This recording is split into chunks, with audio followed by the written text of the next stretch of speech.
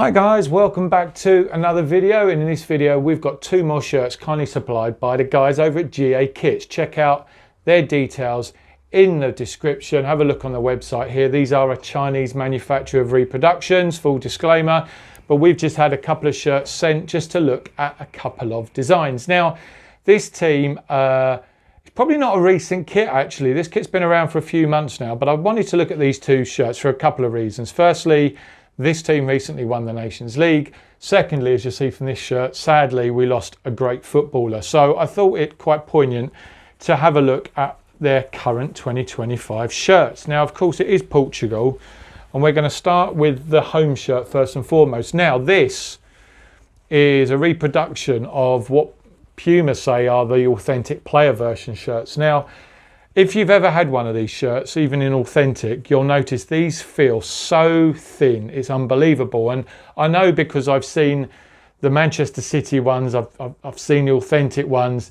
I was also very fortunate 2 seasons ago to receive an Olivier Giroud match-worn shirt from Milan, who were Puma, to auction on for charity. And again, it was this really thin material. Now, I suspect as a player playing in heat, this is absolutely a godsend, but yeah, it just doesn't feel, it feels sort of synthetic, it feels horrible. But anyway, this is obviously a reproduction here, and we've got it with the Nations League qualifying badges on. Now it's a very simple Portugal shirt, not a huge amount going on there. There's a very subtle, almost dotted design going on in the background there, but not a huge amount. You've got nods to the flag colours in the collar and the sleeves there, so I didn't want to dwell too much. You've got this up here, it looks like a number 5 on a domino or a dice, so I don't know, someone might be able to tell me what that is, because that's the underlying pattern I'm looking at throughout there.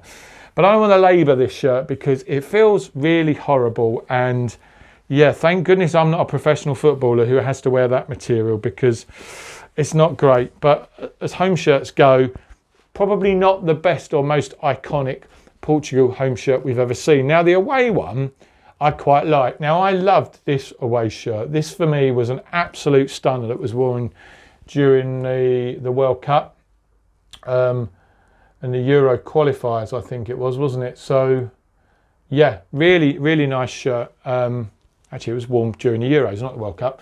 But this season, yeah, they've gone pretty bold, although they've gone plain on the back, and I just wonder whether you could have carried this whole patterning throughout. The badge here I really love. The badge really sits well with this underlying pattern. Again, lots of dots going on, a nod to those 5 again there. I'll do a bit of research onto that. We've got the Nations League patch there, which sort of gets lost on that pattern. And then they've got this gradiented pattern that draws from the flag colours, which I really love. I would imagine with the name set this will look really good. Just a sort of a solid white panel in there for the name set. Very simple collar there. They've just gone with a bold black neckline now. But yeah, I really like this. Again, this is a much better material. This would be sort of the fan version equivalent. I quite like the solid black on the sleeves there. Again, not dissimilar to having the solid navy there. I just think it rounds it off. So I think as an away kit goes, I'm a big fan of this kit. Let us know what you think in the description. As I say, all of these shirts have come from China. They take 2 to 3 weeks. These ones were retailing anywhere between £12 and £15 if you're watching from the UK. A little bit more if you're dealing dollars or euros.